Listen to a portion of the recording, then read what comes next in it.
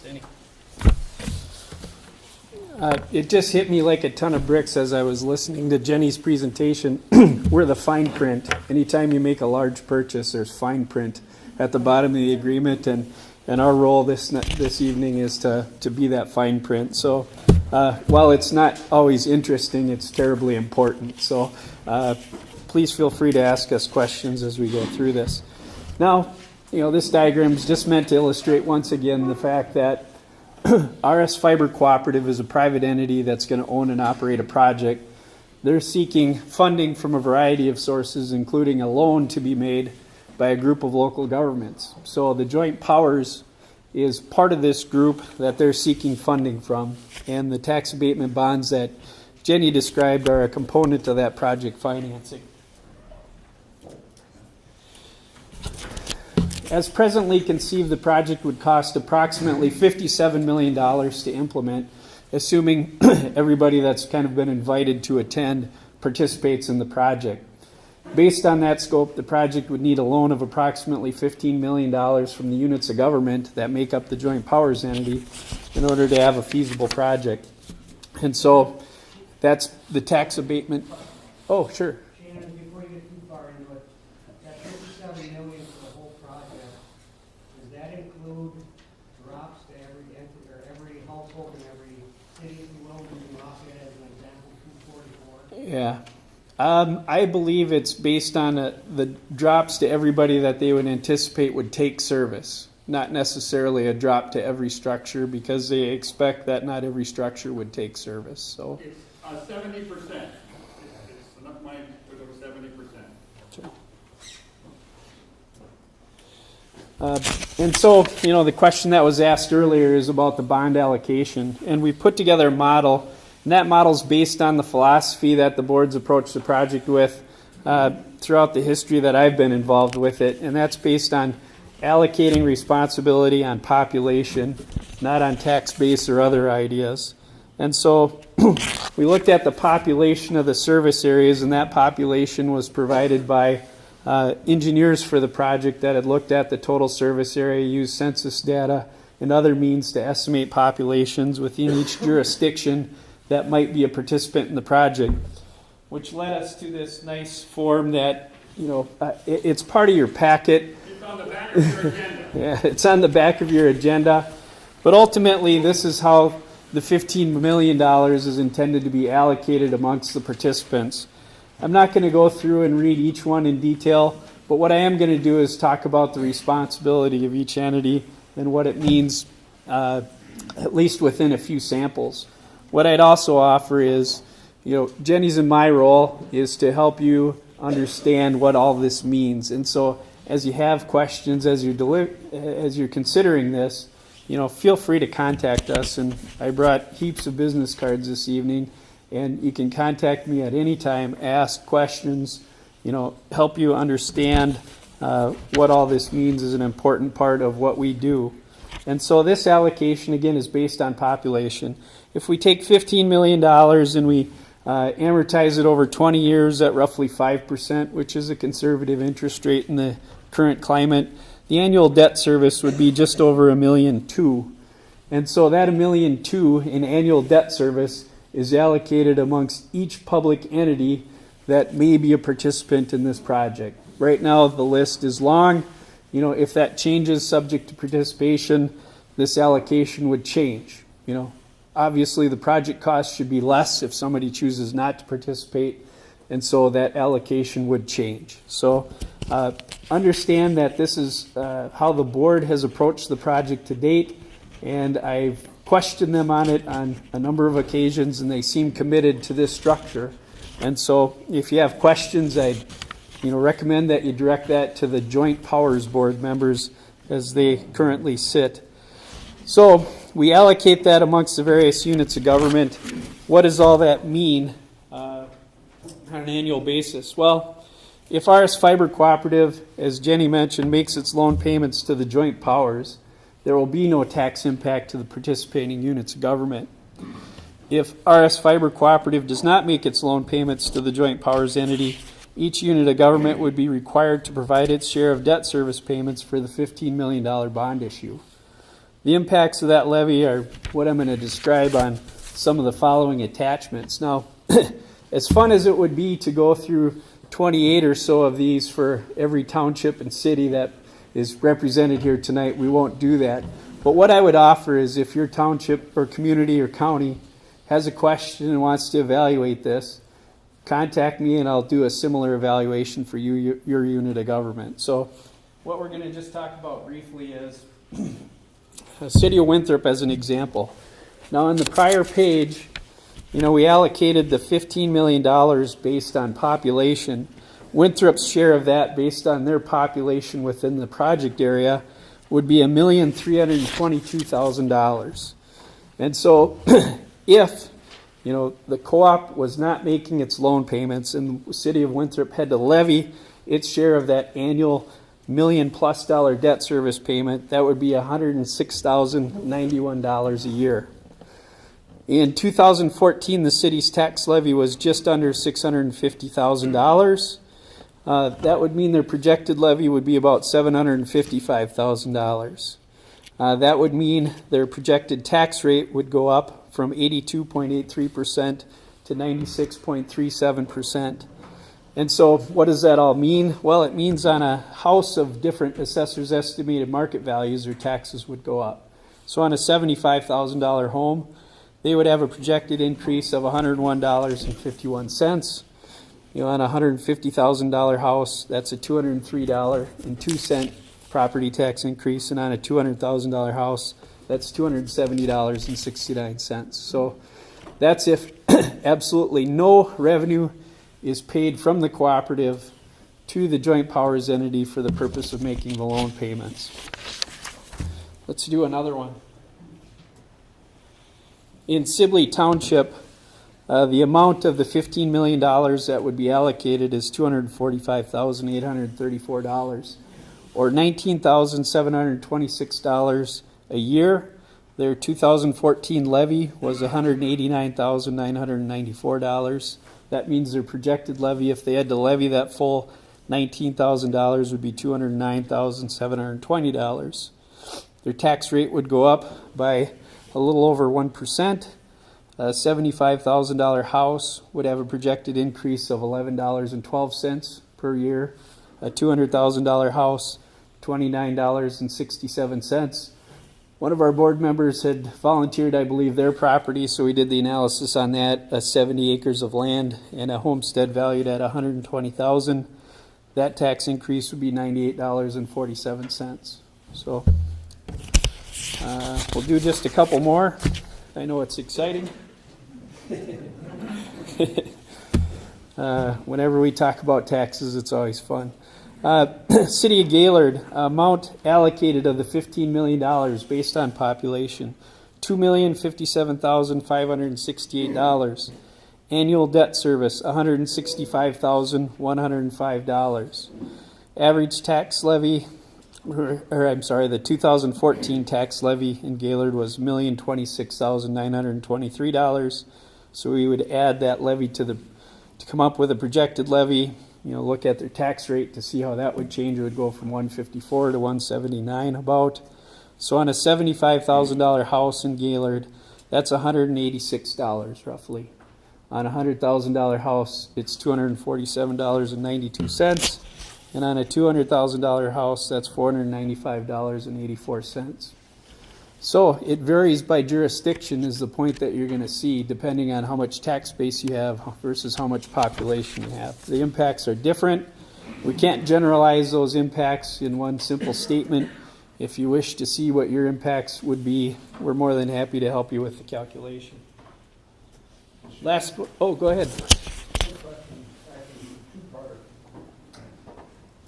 This would be only for each year that the cooperative did not make a payment to the joint. That is correct. Okay. Now with the projected increase in home values and property values, Yes. your tax rate could be higher than those numbers, say 5 years down the road. Yes. Generally the impact's going to remain the same. Your tax base is probably going to move in a proportionate manner as the rate. There may be a little bit of a difference, but overall, this impact is probably going to stay fairly similar throughout the term unless there's real significant growth within the jurisdiction or real significant changes in valuation, say, of farmland. You know, if the valuation of farmland went way down, you know, ultimately more of the burden would be put on the residential properties in that jurisdiction. So those are the only real significant changes that would alter the impact somewhat, but by and large, it's probably going to be fairly close to what we're illustrating. So, last one I have is for Transit Township. Again, amount financed based on population is $245,834. Annual debt service $19,726. 2014 levy was $115,000 roughly. We would be adding to that to have a projected levy of $134,716. Again, their rate would go from 8.98% to 10.52%. On a $75,000 home, that's $11.55. On a $150,000 home, that's $23.10. On a $200,000 home, that's $30.80. On 100 acres of ag land, non-homesteaded, that would be $113.97. And on 1,000 acres of ag land, that would be non-homesteaded again, it would be $1,139.72. The valuation we used on the ag land was was pretty close to an average throughout the county of $7,400 per acre for this analysis. So that is what we used, and so I'm more than happy to answer questions on this information. It's part of what the board wanted you to understand at the end of this evening. I know it's not the most pleasant topic when we talk about property taxes, but it's imperative that you understand what the potential impacts are. So, any more questions that I can assist with? Sure. This might be for you or Jenny, but the first slide was here are all the different funding sources Yes. for the project as a whole. When would the townships be looking at issuing the bonds compared to when these other funding sources come in, or how contingent is one on the other? Our discussion has always been that all the funding would essentially be issued and closed at the same time, so that we would not get ahead of a project with a bond issue and be sitting with bond proceeds waiting for somebody else to close. We would just not be in that position. We wouldn't. If they're looking to issue the bonds, the project's pretty well locked down. And Yes. We'll have to have commitments from other lending sources before we go through that process. Sure. I didn't really understand that population thing. How is that, is that like per site, is it per?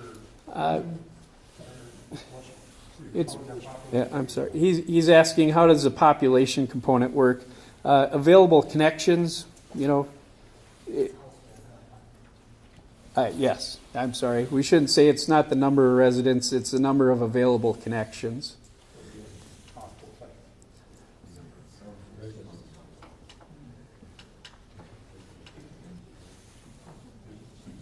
Yes, sir. Is there a reason why you don't go by houses rather than by acres? I mean, I don't think it's fair for the farmer to be on something that acreage rather than just household. I understand that, and I've had some other folks express that concern to me.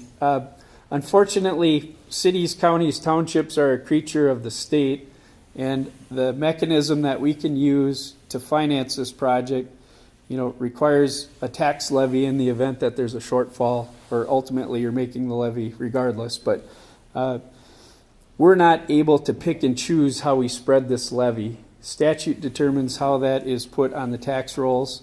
I recognize that school districts have their levies spread depending on the use, on market value, on not applying to certain areas of farmland, that sort of thing. We don't have that option with this financing mechanism. So, yes, sir.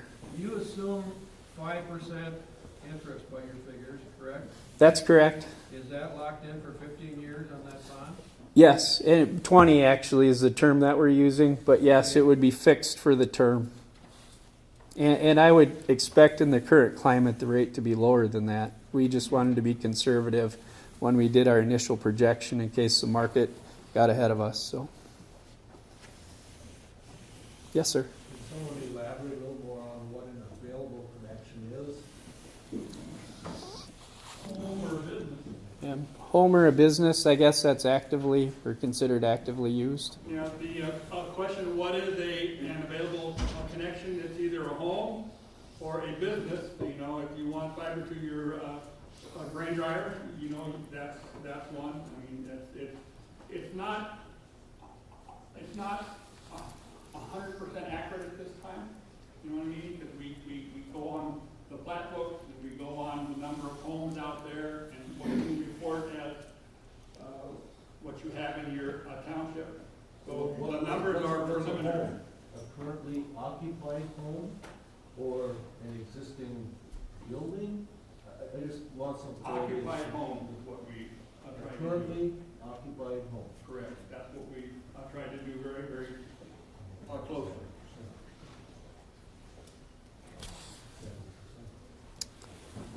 Yes, sir.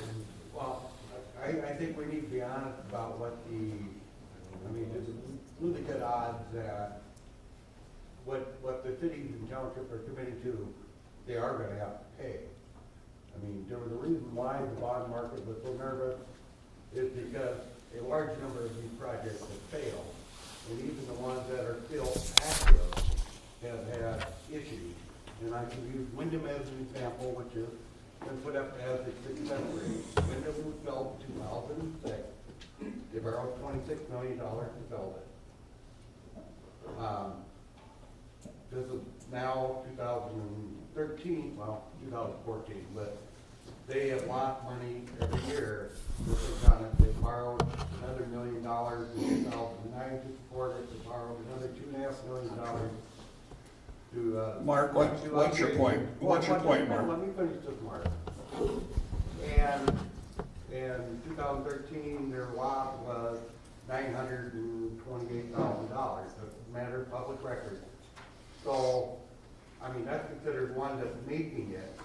So, under this, with the townships and cities being the second holder,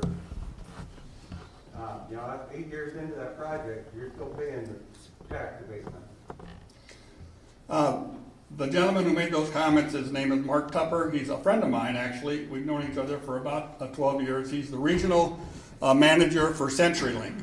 And I believe you live north of Arlington. I also live in New Auburn County. And what he's talking about actually isn't true. Wyndham is a big financial success.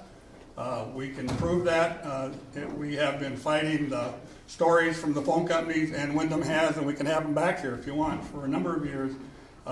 Wyndham has attracted jobs. They have reinvested in their network. They have 92% of the folks in town who touch their network. It's actually one of the tactics used that I think you guys should know is going to happen if this moves forward. The phone companies and the cable companies do what's called FUD. It's fear, uncertainty, and doubt, and they want to throw that out there to make sure that you understand that this is all going to fail and you're all going to have your taxes raised. And you know, Mark, it's a possibility. That's a possibility. We've been up front with here that. representing CenturyLink right now. Well, then- I am here representing myself. Well, then how do you know all this stuff about Wyndham? Who is concerned about what's going to happen to my tax levy on my home? Well, we have been upfront about the risk from the very beginning. We have not shied away from anything. We have. I can tell you that Wyndham is a great success. They have 8 communities who have built out fiber to the home networks and have connected to them. There are 135 or 140 municipal and community fiber to the home networks in the United States. All but 4 or 5 of them have been wildly successful. So there have been a number of phone companies, private phone companies, who have struggled greatly and have cost their shareholders lots of money. So it just depends on how you implement it, what kind of support you have, what kind of technology you have. I'm just putting this out that this is a very real Well- possibility, Mark, not a little one. Are there any other questions? Yes, sir. How many people does Eric can hook on to Century? How many people can hook onto them? Quite a bit. They have most of the towns. Frontier is in the area on the eastern side of the county. Henderson, Green Isle, and Arlington. Winthrop is Winthrop Telephone. The rest of the project area is CenturyLink. They offer speeds of, We don't have our electric green on. I said that's Frontier, I'm sorry, that's Frontier, excuse me. And they offer good speeds in town, but you know, a copper's copper and DSL is distance limited, and when they get out into the country, it falls off, and the solution, the FCC has said for the rural folks is wireless, you know, and you'll get 5-10 megs down and a meg up, but that's all you'll ever get, so. This is fiber, it's a future-proof technology, and I don't want to get into this, I don't want to get into my little spiel, because we didn't come to, Linda? As I understand it, the risk is higher if few people take the service or sign on to the service, and the risk goes down as more people take the service. Is there something in the business plan, a number of where that break-even number of how many households have to? Yeah, in the old plan, it was up around 70%. When this new plan came through, it dropped down to around 45%. It's increased again up to around 55% as we deal with the bankers and on the primary financing, the fees go up. We have about 56% of the people in the project area have sent in pledge cards the last time around. This afternoon, that's why I'm dressed like this, we dropped off the mass mailing for the next round. So you and your constituents, starting tomorrow, will receive the second mailing, and it will have a pledge card, and we'll see what kind of support we get. If you support this, if the folks in this room and the folks in this county and the project area support this, the risk is very, very small. But there's risk. Jim? I just have a question. We had talked about this through the Irish Fiber a long time, a couple of years ago, about putting some skin in the game by the residents, whoever signs up the pledge cards. Is that part of the plan at this time? Jim, the question was, we talked a couple of years ago, Jim Swanson, a county commissioner, and used to be the chair of the RS Fiber Board. He said we talked a couple of years ago about having the residents put skin into the game. So if you signed a pledge card, you should put $50 or $100 down. At this point, the board has decided that's not going to happen. Am I right? But what you're doing is you're pledging your taxes, so you have skin in the game. You're saying, you know, look, we're going to co-sign this note, and they're going to bring fiber to our farm, and if we all support it, it will succeed, and it won't cost us anything. That's the skin in the game. I guess there's a geo-tax obligation from the folks in the project areas. Not on the pledge card, Jim, but on the $15 million. Yes, sir. Okay, on these pledge cards that are going out today, tomorrow, whatever, is there any way we as township or city members will have a knowledge as to, let's say we've got, what does it say here? We have 87 possible connections or service population area. Is there any way when we get these pledge cards back, we're gonna know how many out of that 87 pledged their support, so that we as a board know where we should stand on this? Did everybody hear that? He wants to know, as these next pledge cards go out, are the townships and cities going to know what kind of a response there is? Yes. It'll be broken down by township. By township, we're asking everybody what their city is and what their township is. So we will have that broken down. And no pledge card would be no support? Is that how you read that then? Because there'll be some that won't send a pledge card. Right. We read that as if they don't send in a pledge card, they don't support it. Okay. The last time through, and there's been some confusion on this, of the 4,300 pledge cards we received last time, around 94% of them said yes. 6% of those cards said no, they didn't think they would take it. So. Yes, sir. You said before that the fiber would be hooked up to your farm. The last meeting we had, someone asked if they had like a half-mile long driveway. Is that a hook up to that half-mile long driveway, or where are we looking up to? I believe, and I don't want to speak for the board, we talked about this the first time around. If you live in the country, the question is if you have an extra long driveway and you get the free installation and the free drop of fiber, first time around, we never settled on it, but if it goes over a certain length, it may be an eighth of a mile or a quarter of a mile, that person with the long driveway may have to pay a one-time fee to have that fiber drop there. So are you talking an eighth of a mile or a quarter of a mile? I don't know, that's a decision to be made by the board. Mark?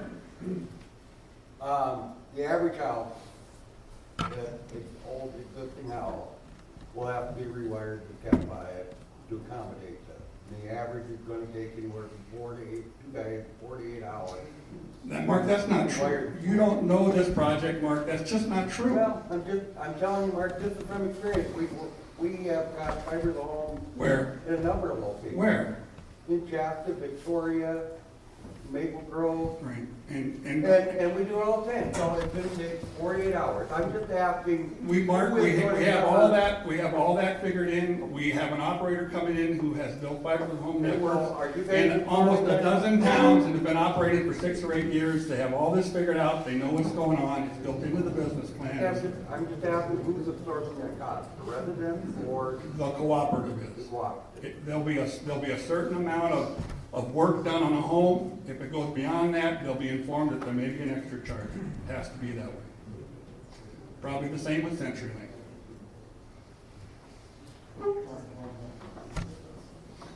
Peggy? I believe in this project. I believe that we need this project in this county. I am not only willing to pay to have them come down my half-mile driveway, but I'm also willing to pay to rewire my house. That's fine, I was just asking who's covering it. All right, are there any, Matt? This is more of a question for Shannon. Future economic development, what effect, if any, on tax abatement and TIF district?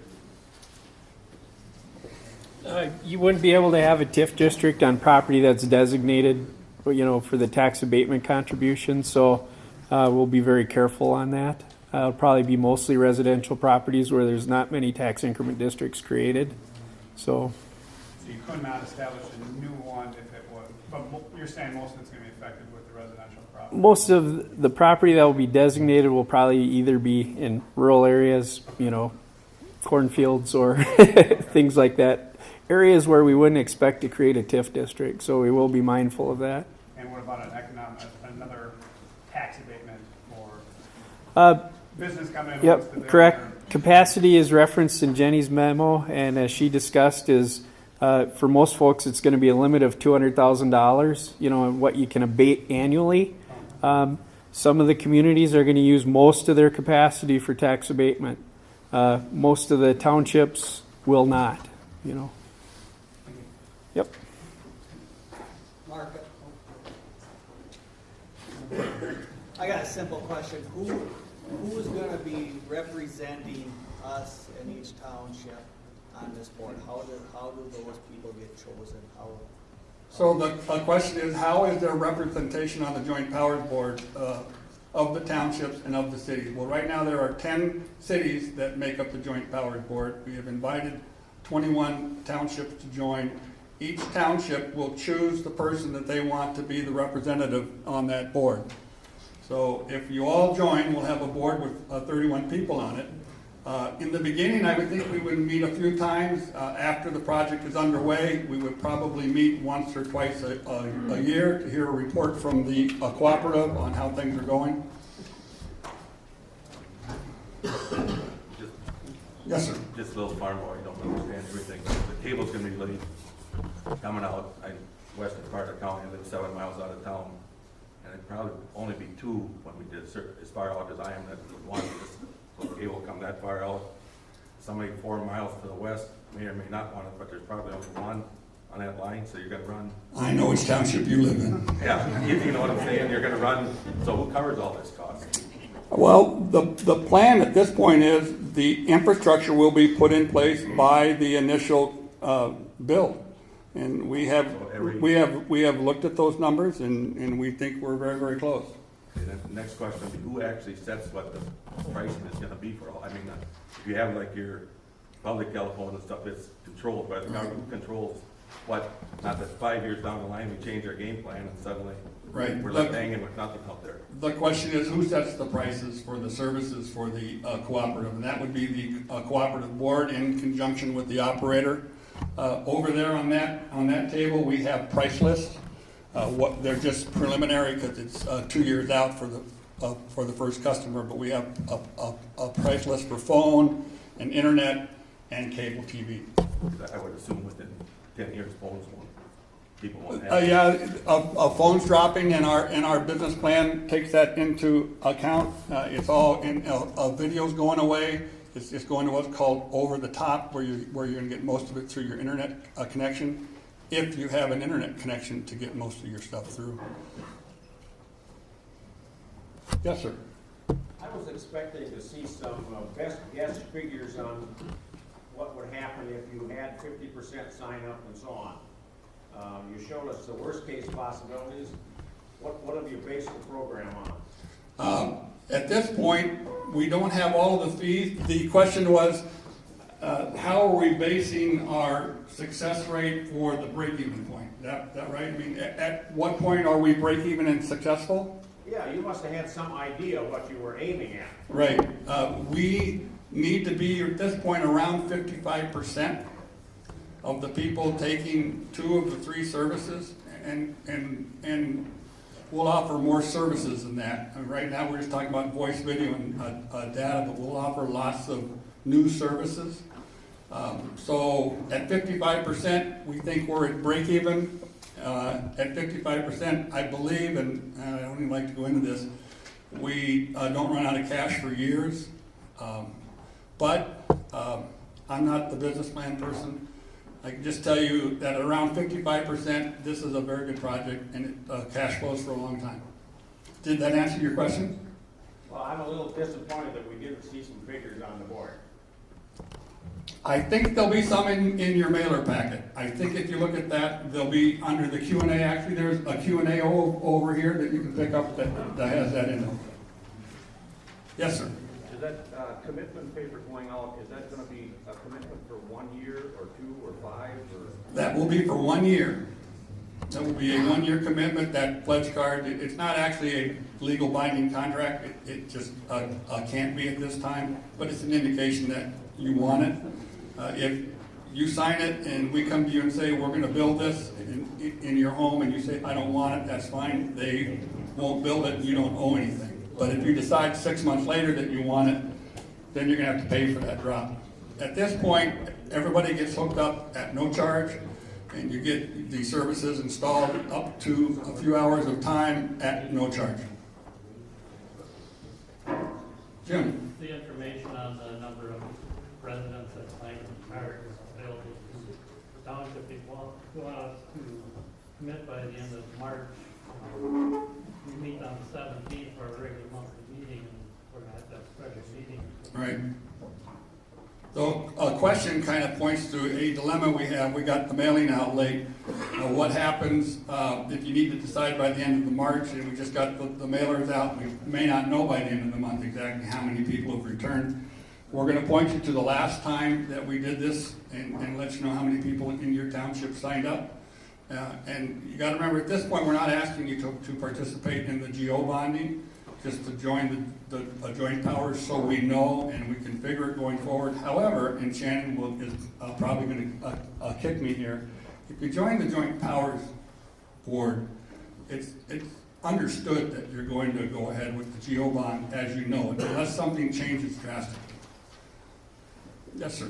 In this pledge card mailing that's, I guess, in the mail, does that explain to the homeowner that this is could end up charging them, could end up costing them whatever you got up here, $200 a house, or $400 a house, or $2 or $1.14 Yes. an acre? Yes.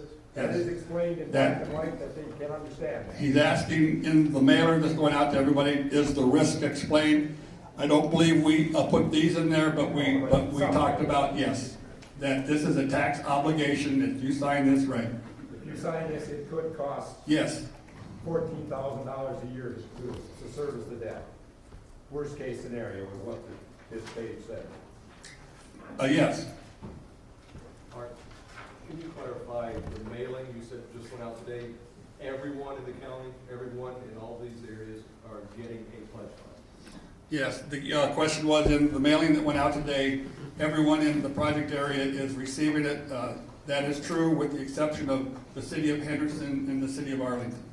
But everybody else, all 21 townships as best we could, and we've had some come back already not having good addresses, so we just, that's just the way it works. But everybody was mailed to today, yes. Yes, sir. Where is this fiber coming from? They'll be, he's asking where is our fiber connection coming from? We will have 2 redundant points for this network. One will go through Hamburg into the Chaska fiber network, and the other will connect to another line that goes into Mankato, and there's a handhold down by Le Sueur on 169. So this will be a fully redundant network. The only way you would lose service is if the drop to your home was cut. If the backbone out in the road somewhere is cut, it immediately reverses itself. You don't lose service if the weather's bad. You don't, This is also a network that's designed to give everybody 50 megs up and down at the same time. I mean, it's not really going to slow down when the snow flies and the kids come home. It's designed to provide you data. Doug. Mark, maybe you guys addressed this earlier, and I apologize I got here late. But my question would be, I've got internet service at my home, I've got my satellite dish, life is good. What's the benefit for me to, versus what I currently have, to sign up for this fiber project, to come to my home? Did everybody hear that? What's the benefit, really? What's the bottom line for this fiber project? If you have satellite at home and if you have an internet connection that you're happy with, the opportunity is to build a network that represents the technology that not that you'll need, that your kids will need for school. It will allow you and me as we get older to stay in our homes longer. It will allow your doctor to visit you in your home because it enables high definition video. One of the most exciting things about this project isn't the connection to the internet. 50 megs will, by the way, we will offer 50 megs, 100 megs, and gigabit connections. And that's exciting. I mean, that's nice. But what's really interesting about this project and what's very powerful about this project is if this room represents the footprint of the project and everybody in this room is signed up for fiber and represents all the homes, to go out that door to the internet costs money. You have to pay for bandwidth, you have to pay for transport. That costs money. But the fiber connection between everybody is like a local area network. There's 100 megabits of free bandwidth between you and you, and you and you. And that enables high definition video. That means your doctor can visit you in your home with a high definition video call. That means your teachers and your students and your teachers and your parents, it means your clergy and parishioners, businessmen and other folks, they can communicate on a whole different way.